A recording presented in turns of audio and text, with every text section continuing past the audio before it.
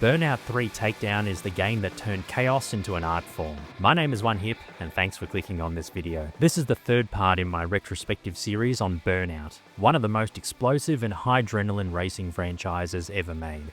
If you haven't seen my videos on Burnout 1 and 2 and want to know more about how the series evolved up until this point, I recommend watching those first. For me, this one hits close to home. Before I ended up having OneHip, I grew up playing Burnout 3 on the original Xbox for hours on end as a teenager. It was the game that made racing fun for me. Not because I had a soft spot for this genre, but because it made crashing something I always went back to. Coming back to it in the modern era, I played the PS2 version using PCSX2 on my PC. I picked it up last year on eBay for $10 Australian, and I feel it might be the best $10 I've ever spent. Anyway, here's my retrospective of Burnout 3 Takedown. Let's go! Burnout 3 Takedown was released in 2004 for PlayStation 2 and Xbox. After Acclaim's collapse, this was the first Burnout game published by EA. And I know hearing the name EA can make many gamers nervous, but their involvement actually worked in Criterion's favour. They had a bigger budget and scope, and most importantly, they landed a licensed soundtrack, which I'll get to later. But the heart of the game was still 100% Criterion. I could feel that energy the second I booted up the game. After the intro cinematic, which is set to the tune Lazy Generation by the F-Ups, you pick your profile, and you can dive into different modes, including Burnout 3 World Tour, which is the main campaign mode, single event, and multiplayer. At the time there was also online play, but obviously I couldn't access it because the servers had been down for years. Once you pick the mode you want to play, you get hit with the intense gameplay and stimulating visuals that define this game.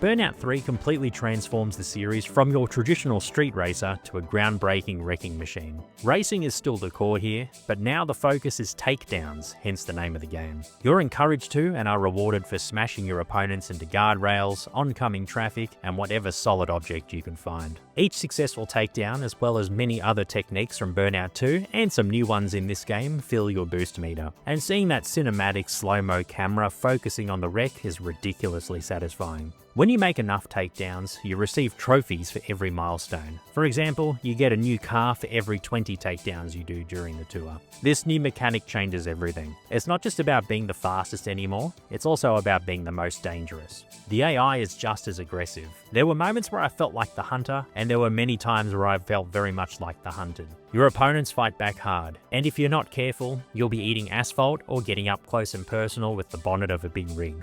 After crashing, you'll give an aftertouch, a feature that lets you steer your wrecked car mid-air with your left joystick in slow motion. It's meant to help you take down rivals even in defeat, or collect extra items in crash mode like score multipliers. It's an absurd feature, but I mean this in the best way possible. Visually, Burnout 3 looks fantastic for a game released in 2004. The motion blur as you boost down the asphalt sells the speed. The environments for each region are varied and bright, and the crashes are visceral. Cars crumple, parts fly, sparks shoot. It's a destruction ballet, and I can never get enough of it.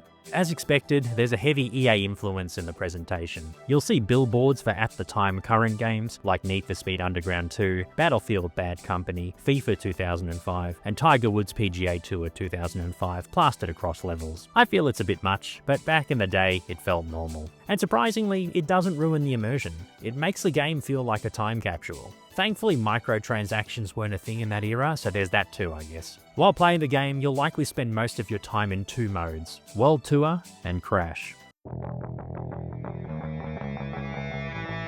World Tour is where the real meat of the game lies. You start in the USA and unlock new events across Europe and the Far East, which is from my understanding of the levels countries like Japan, Thailand and Singapore. The campaign is divided into multiple event types, the main ones being Race, Grand Prix, Road Rage, Burning Lap, Eliminator, Crash Mode, Face Off, and Preview Laps. There are also special events where you race prototype or high-end vehicles and have to make it to the finish line in the fastest time possible, like driving a Formula 1 but not so Formula 1 car in Europe. Each event earns you Burnout points. You also accumulate Crash dollars in Crash, medals depending on how well you did in an event, and Takedown in modes that count these to your total tally. Hitting certain thresholds unlocks new cars, car types, and events. The progression system is addictive and there's always a reason to jump into one more race. Races and Grand Prix are fast and dangerous. Burning laps are high-octane time trials where boost plays a huge factor in shaving off milliseconds to your time. Road Rage is an evolution of Pursuit from Burnout 2, but this time you have opponents that careen into a wall with just the slightest nudge to get that counter ticking over fast. You're dropped into a city with a timer, and your job is to cause as many takedowns as possible before your car is totaled.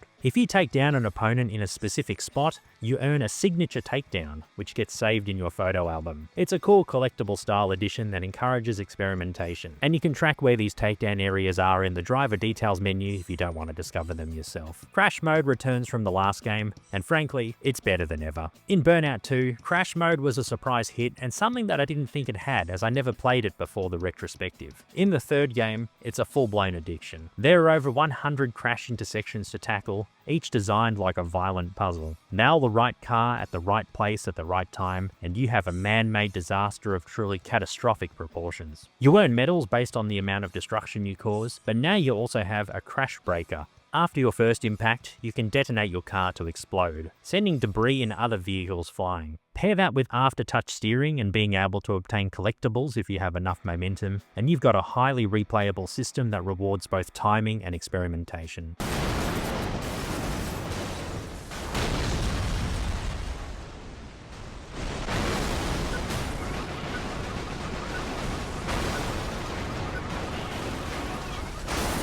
Each zone is unique. You'll learn where to hit, what items to grab, and how to chain together the biggest pile-ups possible. If you hit a total Crash Dollar milestone during the tour, you unlock special Crash vehicles that look like they belong in a twisted toy box. Crash mode is the most replayable part of Burnout 3. During the World Tour, I found myself going back to these events a lot just for fun. What's also replayable is the franchise's first ever licensed soundtrack, albeit with a very familiar and intrusive voice who interjects a little too often during races. If you're enjoying this video, thanks for watching this so far. I'm covering Burnout console games as part of this new series, so if you want more deep dives like this one, give the video a like and consider subscribing to the channel. I truly appreciate the support. Let's keep going.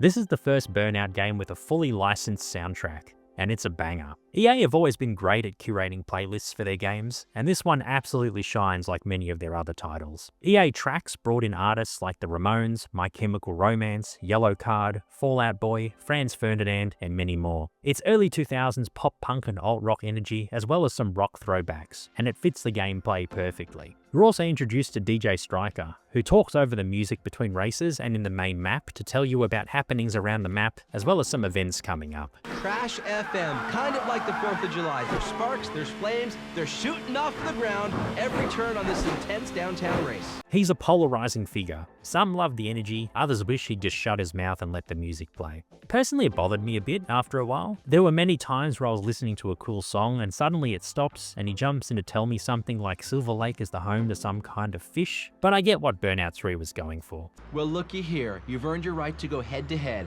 Remember what you learned, you're gonna need it. Still, it gave Burnout 3 a distinct identity. The blend of high-speed mayhem and rebellious music set it apart from other races at the time.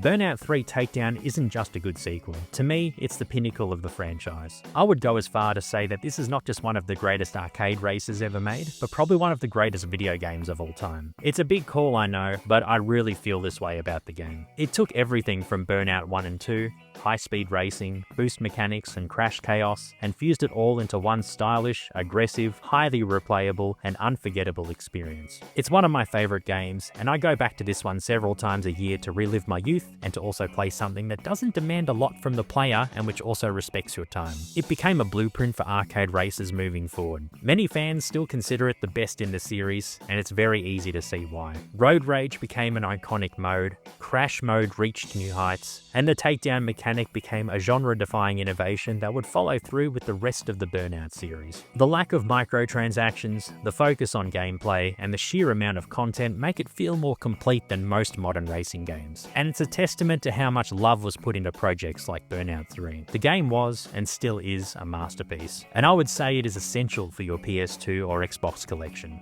Just an FYI, I wasn't able to get my hands on the next console game, Burnout Dominator, but I'll do a retrospective on the first HD game of the series, Burnout Revenge, for the next one. If you still want a Dominator retrospective, please leave a comment and I'll do my best to source a copy of the game. Thanks for watching this one. I'd love to hear your thoughts on Burnout 3. What are your memories of the game? What song or songs from the soundtrack stick with you the most? Let me know in the comments. And if you want to support the channel, consider subscribing, leaving a like on this video, or checking out the links in the description for channel memberships and my Ko-fi page. You can also watch the Burnout 1 and 2 retrospectives here. And if you're a fan of skateboarding games, check out my Tony Hawk and EA Skate series playlists. My name is OneHip, and you have a good one. Bye!